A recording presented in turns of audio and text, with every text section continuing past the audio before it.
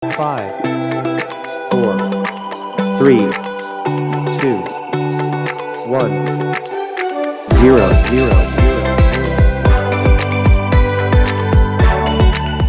Kami lanjutkan dengan sambutan singkat dari Rumah Toleransi. Izin Pak Kiai Samsul, mari. Assalamualaikum warahmatullahi wabarakatuh. Salam sejahtera bagi kita semua. Salam, Om Swastiastu, Namo Buddhaya, salam kebajikan.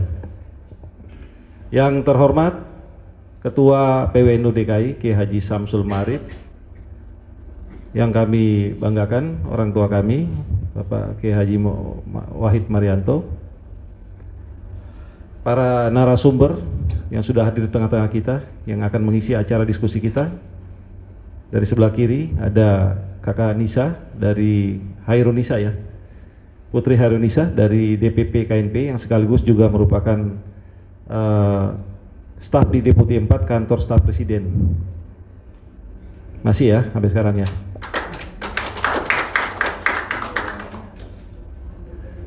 Ada juga Gus Toto, sahabat kita, intelektual muda dari Nahdlatul Ulama. Di sini hadir juga ada Bapak Parwis Nasution, bendahara dari LPNU DKI. Ada sahabat kami, Bapak Pendeta Erik dari GPIB yang sudah hadir dengan kawan-kawan. Sebenarnya acara ini harusnya di tempat beliau nih, cuma karena bertepatan hari ini Paskah, kita pindahkan kemari Pak Kiai Samsul. Jadi beliau menawarkan untuk dilaksanakan di tempat beliau, di gereja beliau.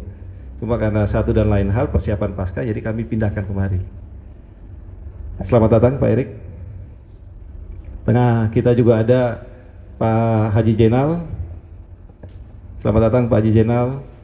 Ada Ustadz Fairuz, cucu dari Guru Marzuki, pendiri Nahdlatul Ulama pertama di DKI Jakarta. Ustadz Fairuz, assalamualaikum, selamat datang. Di tengah-tengah kita juga kami mengundang di sini ada dari sahabat-sahabat Banser, Bang Soleh dan kawan-kawan, ada juga dari PRNU yang ada di wilayah Jakarta Timur dan teman-teman di lingkungan PWNU DKI Jakarta. Bapak Ibu sekalian, Rumah Toleransi Indonesia mengidentifikasi bahwa tantangan terbesar kebangsaan kita hari ini adalah persoalan intoleransi dan radikalisme, di mana bangsa Indonesia harus mampu mengimplementasikan kehidupan beragama yang harmonis. Namun, ada juga ancaman yang tidak kalah pentingnya pada bangsa ini, Bapak Ibu sekalian, yaitu bagaimana kita mewujudkan kemandirian energi nasional, di mana yang seperti kita ketahui, kekayaan alam yang kita miliki di bumi pertiwi ini harus mampu dikelola secara optimal untuk memberikan kemakmuran bagi masyarakat Indonesia sesuai dengan amanat Undang-Undang Dasar 45 Pasal 33 yang berbunyi bumi, air, dan kekayaan yang terkandung di dalamnya dikuasai oleh negara dan dipergunakan sebesar-besarnya bagi kemakmuran rakyat. Bapak Ibu sekalian, kemandirian energi nasional adalah program, salah satunya adalah program hilirisasi dari bahan-bahan tambang yang merupakan strategi untuk meningkatkan nilai tambah komoditas yang dimiliki oleh satu negara.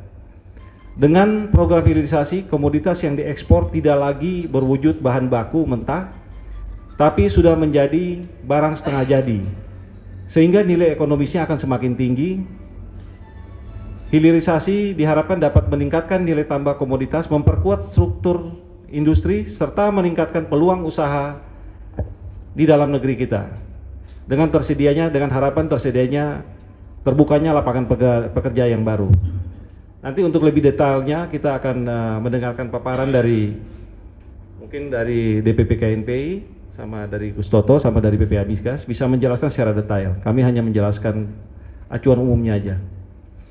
Di sisi lain, kebijakan hilirisasi tersebut mendapatkan tantangan dari dunia internasional. Jadi program hilirisasi yang hari ini dijalankan oleh Presiden kita itu tidak mulus begitu saja. Hari ini kita mendapatkan tantangan dari dunia internasional. Bahkan Indonesia mengalami kalah gugatan di WTO. Kebijakan ekspor, kewajiban pengolahan dan pemurnian nikel di Indonesia tidak sesuai menurut WTO, ya, tidak sesuai dengan General Enrichment dan Trade. Sebagai konsekuensinya, kebijakan pelarangan ekspor nikel mentah yang telah dilakukan sejak Januari 2020 harus dicabut menurut WTO. Padahal kebijakan hilirisasi tersebut sangat memberikan kemanfaatan bagi masyarakat Indonesia. Untuk itu Bapak Ibu sekalian, segenap rakyat Indonesia, seluruh kelompok masyarakat, ormas, tokoh keagamaan, kami mengajak untuk masuk membela kebijakan negara terkait hilirisasi dan menentang kebijakan WTO yang terindikasi seperti neokolonialisme. Kita harus berada di belakang kebijakan-kebijakan negara yang penting. Selain itu, para tokoh agama, Bapak Ibu sekalian, kami juga mengajak agar transisi energi di Indonesia ini yang merupakan proses pengalihan sumber daya energi dari sumber daya berbasis bahan baku fosil kepada sumber-sumber daya yang tidak memberikan emisi karbon, sehingga Indonesia bisa menjadi satu negara yang cukup ramah. Toleransi kita bukan hanya sekedar toleransi antar agama, tapi toleransi kita diperluas dengan menjaga kelestarian lingkungan hidup. Demikian pengantar singkat dari kami pada simposium di sore hari ini. Wallahu muwaffiq ila aqwamit thoriq. Wassalamualaikum warahmatullahi wabarakatuh. Terima kasih pada Pak Zulfikar yang sudah bekerja sama dengan PWNU mengadakan acara simposium nasional ini yang mengambil tema yang saya kira sedang populer dibicarakan para tokoh, yaitu kemandirian energi. Terima kasih. Kita ini sebagai warga Nahdlatul Ulama tentu selalu mengedepankan toleransi, dan NU saya kira menjadi contoh umat beragama dalam sisi konseptual maupun praktek dalam toleransi. Sejak awal NU misalnya mempunyai trilogi ukhuwah, yaitu ukhuwah Islamiyah, persaudaraan umat Islam, ada ukhuwah watoniyah, persaudaraan sesama anak bangsa, dan yang nomor 3 adalah ukhuwah basyariyah atau ukhuwah insaniyah, persaudaraan sesama umat manusia. Kita ini saudara, maka harus saling tolong menolong, saling gotong royong, saling bantu membantu. Kalau di depan ada yang antri untuk ikut mengambil makanan, saya kira pengurus NU nggak usah nanya, kamu agamanya apa? Kalau ada orang kecelakaan ya wajib kita tolong di depan ini, nggak usah tanya kamu agamanya apa, saya Islam. Yang ngomong-ngomong NU apa Muhammadiyah? NU bener-bener, tapi pendukung siapa sekarang? Ya nggak selesai-selesai. Nah, oleh karena itu kita harus kedepankan persaudaraan. Inilah substansi dari toleransi kehidupan kita dalam beragama.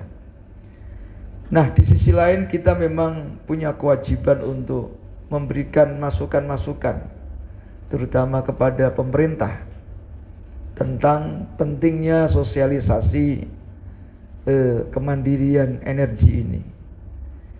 Dulu Rasulullah SAW menyampaikan an-nasu syuraka fi salasin, manusia itu berserikat dalam 3 hal. Yang pertama fi ma'in, dalam urusan air. Yang nomor 2 fi narin, urusan api. Api ini oleh ulama-ulama sekarang bisa dimaknakan dengan energi. Yang nomor 3 fi kalain, urusan rumput. Makna dasarnya adalah rumput, tapi bisa kita artikan ini adalah pangan. Jadi ada 3 hal yang harus kita perhatikan bersama, yaitu urusan air, urusan energi, dan urusan pangan. Maka ormas keagamaan harus ikut andil memberikan perhatian secara khusus, terutama tentang 3 hal tersebut. Kami sudah mengajak misalnya dengan Pam Jaya mengadakan diskusi tentang bagaimana air di Jakarta ini. Karena misalnya banyak tokoh yang meramalkan ini tahun 2000 sekian, 2030 atau 2050 Jakarta ini akan ambles gitu kan. Salah satu penyebabnya adalah ya air, karena orang bisa menggunakan air sebebas-bebasnya. Maka pengertian syuraka itu, pengertian berserikat itu harus kita kontekstualisasikan dalam konteks berbangsa dan bernegara, yaitu harus diurus oleh negara. Jadi negara harus betul-betul hadir dalam urusan air, ya, termasuk tidak boleh perorangan diberikan kewenangan untuk mengambil air sebebas mungkin. Yang nomor 2 ini adalah finarin dalam urusan energi. Saya kira energi ini juga tidak kalah pentingnya, ya, karena sekarang ini dunia sedang hampir mengalami krisis energi, dan tidak menutup kemungkinan itu juga akan dialami oleh negara-negara yang awalnya kaya dengan energi, tetapi saking asyiknya bisa jadi nanti menjadi masalah, karena orang itu suka lupa. Kalau diberi sesuatu yang kenikmatan yang besar suka lupa. Nah, oleh karena itu harus menjadi perhatian secara khusus nanti para tokoh ini yang sudah hadir bisa menyampaikan ya perkembangan yang terkini. Misalnya kenapa ini pemerintah ke depan memberikan dorongan supaya beralih terutama kendaraan ya menggunakan ya listrik, ya. Saya kira ini sesuatu yang belum diketahui oleh banyak orang. Mengapa harus beralih? Apa pentingnya? Apa kelebihannya? Ya, kalau kita biarkan seperti sekarang ini, orang masih bertumbuh pada sumber energi yang lama. Ini di samping kelamaan nanti akan bisa habis. Yang nomor 2 terkait dengan lingkungan. Saya kira agama ini tidak hanya mengatur hubungan manusia dengan Tuhan. Kalau hal itu sudah selesai bagi NU, ya, banyak ustadz-ustadz yang tiap hari ngomongin sholat, puasa, tapi tidak sedikit maksud saya ustadz-ustadz ini jarang membicarakan bagaimana menjaga lingkungan yang ada di sekitar kita. Dan ini memang sedang kita upayakan. Dalam beberapa minggu ini kita akan silaturahmi dengan dinas terkait dengan lingkungan. Kita sudah mencoba membuat sebuah rumusan yang saya beri nama secara khusus, yaitu fikih tata kota. Jadi kira-kira 4 bulan yang lalu buku ini sudah selesai, tinggal mencetaknya, memperbanyak saja. Sementara alhamdulillah waktu yang bersamaan kita selesai, pengurus besar Nahdlatul Ulama juga sedang terus mengkampanyekan tentang fikih peradaban. Jadi kita setahun yang lalu sudah mengkampanyekan tentang fikih tata kota.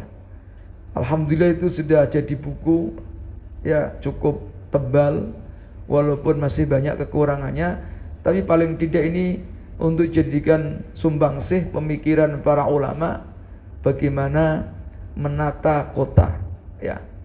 tidak hanya di Jakarta tapi bisa dipakai untuk kota-kota yang lain. Salah satu yang kita berikan porsi secara khusus di samping air adalah lingkungan, tentu yang terkait dengan penggunaan energi ini. Nah, ini sangat penting bagi tokoh agama untuk memberikan masukan-masukan pemerintah, sebab pemerintah kadang-kadang walaupun punya program yang bagus, kalau tidak didukung oleh tokoh agama bisa jadi program itu menjadi terhambat atau malah tidak terlaksana, atau malah kadang-kadang gembosi oleh tokoh agama itu sendiri karena tokoh agama kurang memahami hal-hal yang terkait dengan perkembangan situasi sekarang ini. Nah, kewajiban NU adalah ya ikut memberikan kontribusi pemikiran yang positif kepada pemerintah. Hari ini insya Allah akan dibicarakan tentang kemandirian energi nasional. Mudah-mudahan ini bisa menjadi sumbangsih pemikiran awal. Ini loh NU, kiai, kaum bersarung sudah memulai ngomongin energi. Ya, tepuk tangan. Biasanya puasa ini yang diomongin zakat, infak, sedekah, Lailatul Qadar, termasuk Lailatul Qadar itu diantaranya THR. Ini yang ketawa ini pengalaman ini. Nah, sekarang kok tiba-tiba NU ngomongin kemandirian energi ini kan ya, cukup ya menarik ya. Mudah-mudahan bisa ditindaklanjuti. Saya kira itu saja, kurang lebihnya mohon maaf. Terima kasih atas kehadiran Bapak-bapak di kantor PWNU DKI Jakarta ini. Wallahul muwaffiq ila aqwamit thoriq. Assalamualaikum warahmatullahi wabarakatuh. Assalamualaikum Mas Yapit. Waalaikumsalam warahmatullahi wabarakatuh. Ya, ini Pak Kiai mungkin mau, Mas Yapit mau menyapa Pak Kiai mungkin? Saya sama Pak Kiai di sini. Iya, pasti. Assalamualaikum. Waalaikumsalam warahmatullahi wabarakatuh. Pak Yapit, apa kabar? Baik Pak Kiai, salam kenal Pak Kiai Sanggu Marif. Sama-sama, alhamdulillah. Terima kasih sudah menyampaikan pikiran-pikiran buat warga Nahdlatul Ulama DKI Jakarta. Ya, mudah-mudahan manfaat. Ya Pak Kiai. Ya, oke. Ya, Insya Allah Pak. Ya, terima kasih.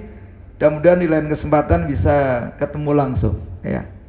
Ya. Baik, Oke. baik Pak Kiai.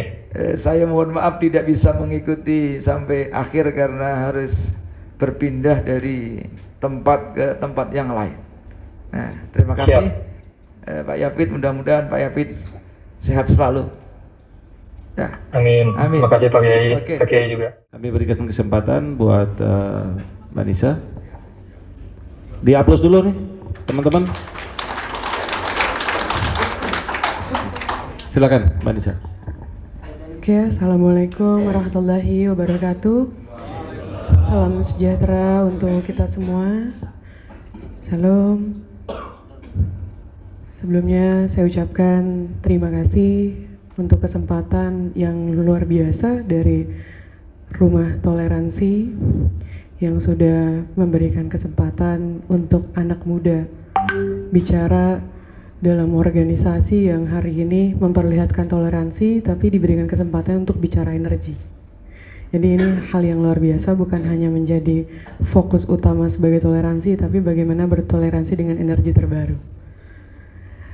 Yang saya hormati, izin ada Kiai Wahid Umaryanto dan juga ada Pak Ketua PWNU DKI Jakarta, ada Kiai Samsul Ma'arif. Yang saya hormati juga ada narasumber Pak Yapit dan ada Pak Muhammad Tohar sebagai salah satu tokoh NU. Tentunya terima kasih untuk Koordinator Rumah Toleransi Indonesia Pak Julfikar. Dan juga ada Pak Pendeta Erik, terima kasih untuk toleransi yang luar biasa di tengah adanya acara, tapi masih mau menghadiri di dalam acara agama yang berbeda. Ini namanya toleransi. Terima kasih Pak. Dan tentunya terima kasih juga untuk semua peserta yang sudah turut hadir. Dan saya turut berbangga karena di tengah ibadah yang sedang kita jalani, tapi masih ada semangat yang luar biasa untuk bisa melihat apa yang menjadi kebutuhan di negeri ini. Tentunya ketika kita melihat adanya energi terbarukan, energi baru, dan juga energi lama, yang ini menjadi salah satu fokus negara kita dengan adanya kebutuhan serta stok yang ada di Indonesia.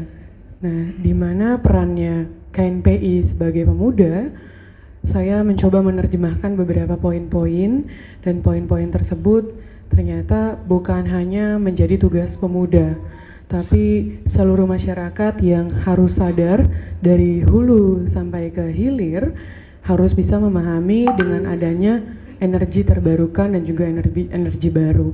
Karena hari ini kita harus bisa mengimplementasikannya dengan cara kita beradaptasi.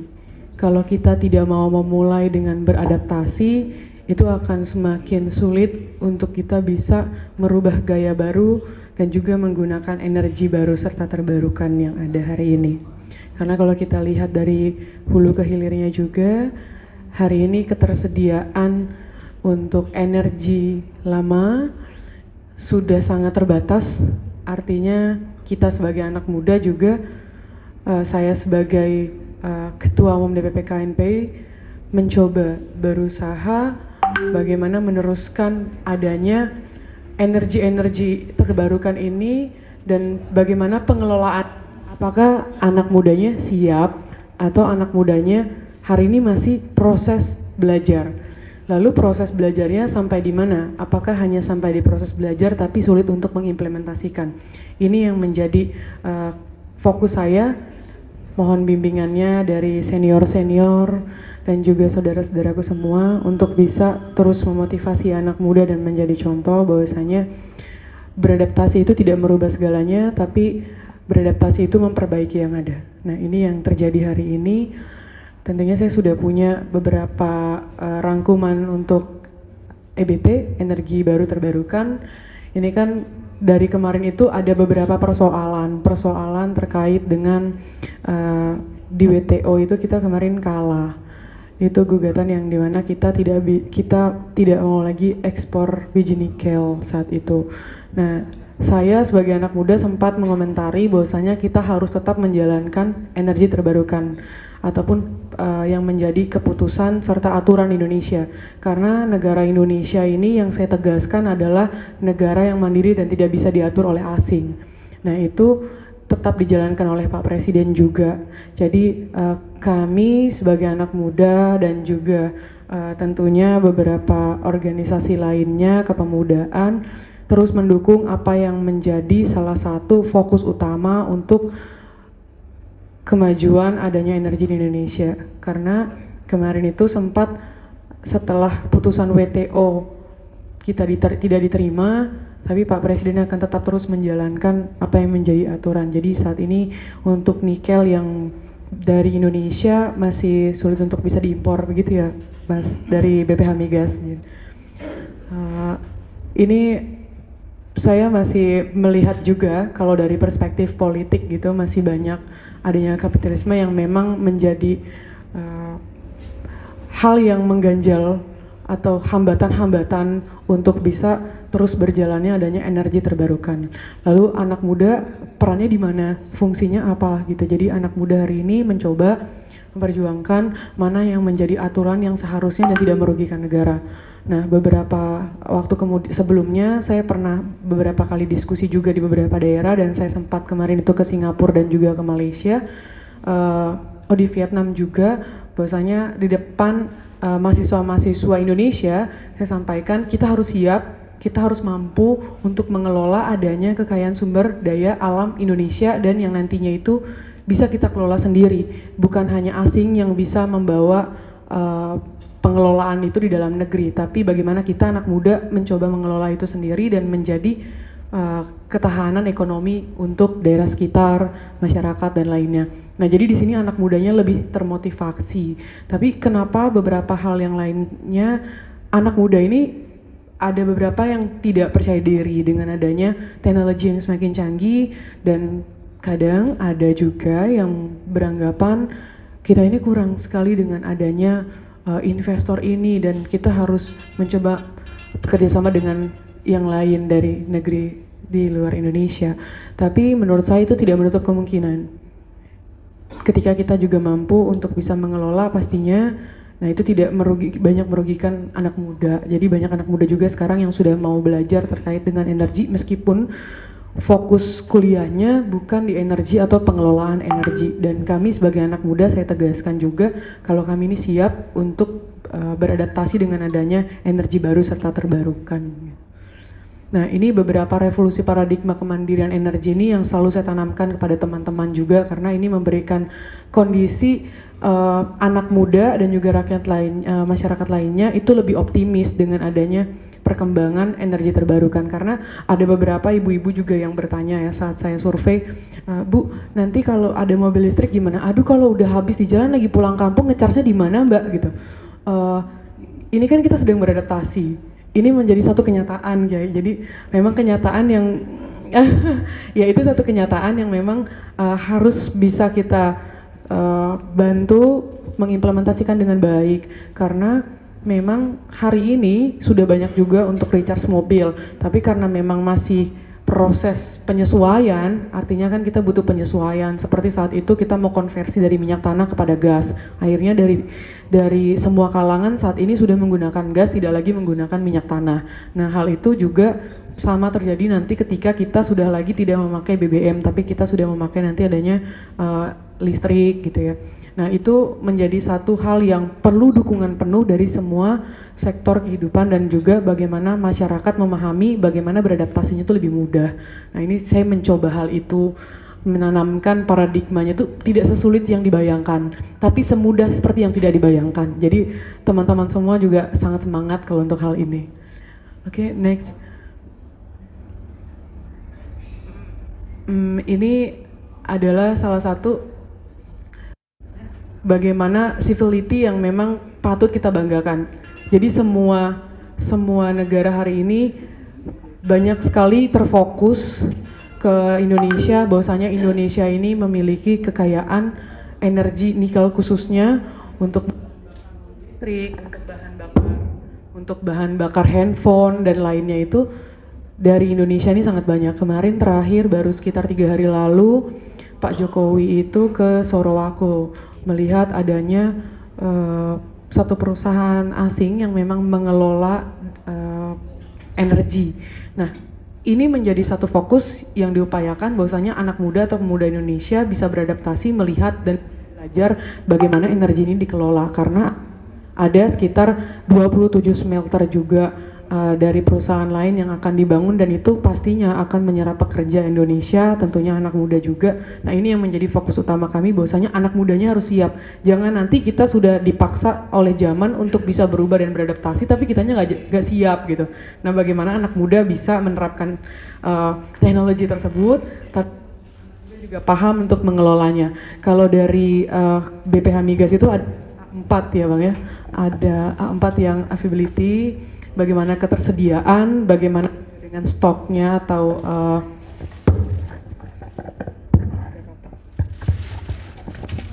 nah itu sekarang saya mencoba untuk mengembangkan itu. Saya beberapa waktu lalu saya mendorong adanya RUU EBT. RUU EBT itu harus segera diselesaikan karena sudah bertahun-tahun juga belum selesai. Nah, hal itu yang coba saya dorong.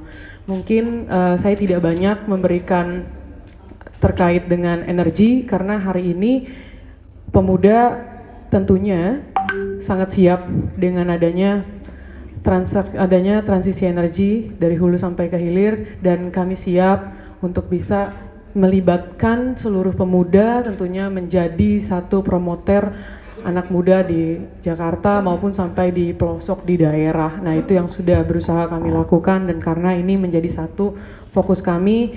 Tentunya kemandirian ekonomi menjadi tujuan utama dan kemampuan pun harus menjadi modal utama. Assalamualaikum warahmatullahi wabarakatuh. Terima kasih, mungkin kurang lebihnya mohon maaf. Ya, siap. Bicara soal energi, saya tidak mau membahas secara rumit lah Pak. energi itu apa? Sebenarnya kandungan yang ada dianugerahkan oleh Allah Subhanahu wa taala yang ada di bumi Indonesia. Kan seperti itu. Ada energi fosil. Selama ini gas macam-macam itu namanya energi fosil. Ada namanya energi baru terbarukan. Nah, ini yang kemudian sangat menarik Pak menurut saya. Kenapa kita bicara energi baru terbarukan? Karena fosil yang ada di kita semakin kita hisap, semakin kita ambil, semakin habis. Terakhir pengalaman saya ke Kalimantan Tengah, Kalimantan Timur, Kalimantan Selatan, Kalimantan Barat, itu bicara soal energi. Diskusi dengan beberapa kepentingan, dengan gubernur, dengan pelaku usaha, dengan beberapa teman-teman aktivis, ya bicaranya soal energi ini. Bahwa di sana, ya kan, di Kalimantan sudah berapa lama tuh sedot Pak, bahasanya seperti itu, hampir mau habis. Di Kalbar. Nah, kemarin terakhir yang menarik di Kalimantan Tengah, ada kandungan di situ batu bara, yang ada emasnya, yang ada nikelnya, yang ada bauksit-nya. Ya kalau ditarik, nah, cuman kalau di SDM belum tercapture ya, ya kan? Itu memang disimpan Pak, itu rahasia. Kira-kira tak bocorin sekarang. Kemarin begitu. Nah, di Kalimantan Tengah kandungannya, wih, masya Allah. Nah, terakhir itu Pak Gubernur Terasnarang itu ada kesepakatan dengan Belanda dan tidak deal pada saat itu karena hanya sebagai transit.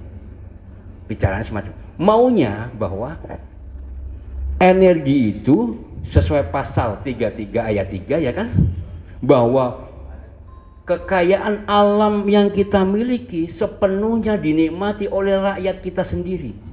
Makanya ada bahasa kedaulatan energi. Sebelum kemandirian energi, kita harus berdaulat dulu secara energi. Kita harus bisa menentukan sikap dulu untuk menentukan energi. Pemilik kepentingan di negeri ini harus menyatu. Presiden sudah on the track, saya yakin. Betul nggak Mbak Nisa? Sudah mati-matian. Kadang-kadang menterinya, kadang-kadang stafnya, kadang-kadang segala macam melenceng. Ada di mana ada tongsit di situ, ada kepentingan di situ yang diambil dalam tanda kutip, mereka akhirnya tidak on the track. Nggak, ya kita tahu lah, tapi nggak usah disebut di sini. Betul, ya kan? Kalau ngomongin persoalan itu, ya bagaimana energi terbarukan bisa karena kan butuh efisiensi. Kalau butuh tenaga yang tertransformasi. Jadi artinya ada ilmu di mana dari luar negeri dibawa ke sini. Bagaimana panel tata surya itu bisa applicated untuk rumah tangga. Bahasanya kan seperti itu. Sekarang kan itu kan hanya beberapa orang di komplek-komplek aja sudah pasang listrik, sudah pasang panel tata surya. Biasanya kan begitu. Sudah nyambung ke sini, ini untuk kebutuhan efisiensi, untuk masak rice cooker, untuk masak AC, untuk apa dan segala macam. Yang panelnya itu nyambung ke mobil listrik, ke segala macam. Transformasi semacam itu apakah sudah masuk ke teman-teman? Durung Pak, belum. Boro-boro sampai ke situ. Betul nggak Pak Yai? Mahal, larang Pak. Nah, bagaimana terus kemudian transformasi itu kita bisa kakikan, bisa kita aplikasikan? Itu butuh pemikiran yang kemudian semua stakeholder kepentingan di Indonesia, baik presiden, maupun menteri, pelaku usaha, pemudanya, tokoh agamanya, intelektualnya, profesornya, itu harus duduk bareng. Profesor jangan hanya ngomong di kampus, coba melakukan hal-hal yang lebih substansi seperti itu. Ada Mas Syapit yang hadir. Monggo Mas Syapit.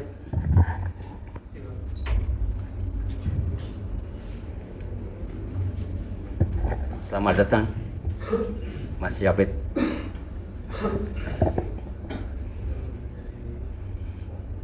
Saya lanjut ya Pak. Jadi kalau ngomongin energi sekarang itu antara ini orang atas ngomongin energi, orang di bawah kadang-kadang tidak nyambung. Betul nggak Pak? Rasa gampangnya apa Gus kira-kira? Ada disclaimer, ada miss lah. Jadi ngomongin mobil listrik, hari ini kita ngomongin mobil listrik nih, ya kan? Kita survei di sini aja, berapa yang paham soal mobil listrik? Regane larang Pak, mobil listrik, betul nggak? Yang ikonik itu berapa harganya? 780 juta ya, betul nggak? Dengan subsidi. Artinya transformasi ke fosil menjadi EBT itu menjadi tantangan bagi kita tersendiri, meskipun itu nanti bisa menyelamatkan generasi-generasi berikutnya. Itu pertanyaan, itu yang kemudian harus kita garis bawahi. Pemilik negeri ini founding fathers kita sudah menyampaikan kedaulatan energi, makanya menuju ke kemandirian energi. Kita harus berdaulat dulu. Kan ada namanya Trisakti. Pernah ingat gak Pak Trisakti itu apa? Berdaulat di bidang apa?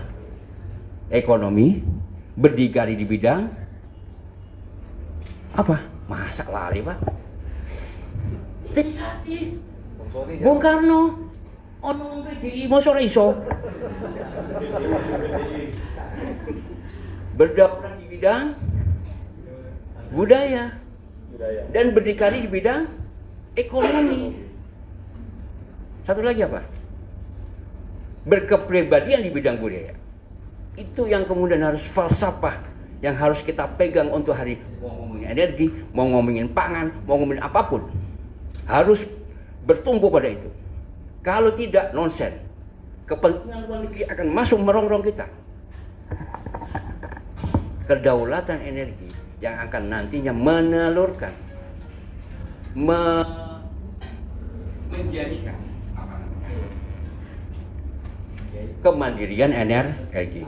Nah, biar biar kaya intelektual, saya bikin itu tuh, kan begitu. Ya kan, saya oret-oret gitu. Energi untuk rakyat. Pak, saya kan kaum sarungan nih, ya kan? Saya pesantren 5 tahun, kuliah di IAIN, ya kan? S1, S2 segala macam. Ngomongin energi, ya bikin apa? Garis segitiga begini Pak, kira-kira begitu. Nah, yang pertama biaya terjangkau, cost efficiency. Jadi kalau ngomongin soal energi untuk rakyat itu bagaimana bisa terjangkau di kalangan masyarakat kecil. PLN harus terjangkau, ini harus terjangkau, apa segala macam, itu harus terjangkau. Itu prinsipnya. Yang kedua, langgeng. Economic business sustainable, berkesinambungan. Makanya kalau fosil ini habis, betul kan? Energi fosil itu habis, makanya ada namanya energi baru terbarukan EBT, betul nggak Pak? Pak Yapit ya. Kira-kira bahasanya kalau saya dikoreksi Pak. Energi baru terbarukan itu membutuhkan apa? Economic business sustainable. Butuh modal yang gede, ya kan seperti itu. Butuh transfer knowledge pendidikan yang ke anak-anak muda, butuh ini, butuh itu dan segala macamnya. Nah, lanjut ya. Terus kemudian tersedia. Memang harus tersedia. Kita apa yang nggak tersedia di Indonesia? Semuanya ada, betul nggak? Andal, reliability. Wah, keren kan kira-kira bahasanya kan? Terakhir berkualitas, harus berkualitas bos. PLN ya kalau biar kata Pak Yapit tadi, ya namanya tidak berkualitas. Kita Indonesia sudah merdeka 70 berapa tahun, betul nggak? Ini di Jakarta, pernah periode pertama saya dari Sabang sampai Merauke Pak. Ada satu kabupaten kota, itu namanya, kalau Bapak di mana? Di Sultra ya. Itu dulu ada namanya di Muna sama Buton. Saya nyampe sana Pak, itu nggak ada yang aspalan. Dari mulai kabupaten. Jangan buka ya, kartu dong. Oh enggak, ini serius. Ini serius maksud saya. Ini kantor kabupaten, terus pas begitu kakinya nyancek setan, itu sudah tanah. Tidak ada yang aspalan, ya kan? Nah, alhamdulillah pada saat Jokowi kemudian periode pertama melakukan percepatan, akhirnya semua jalan mulus.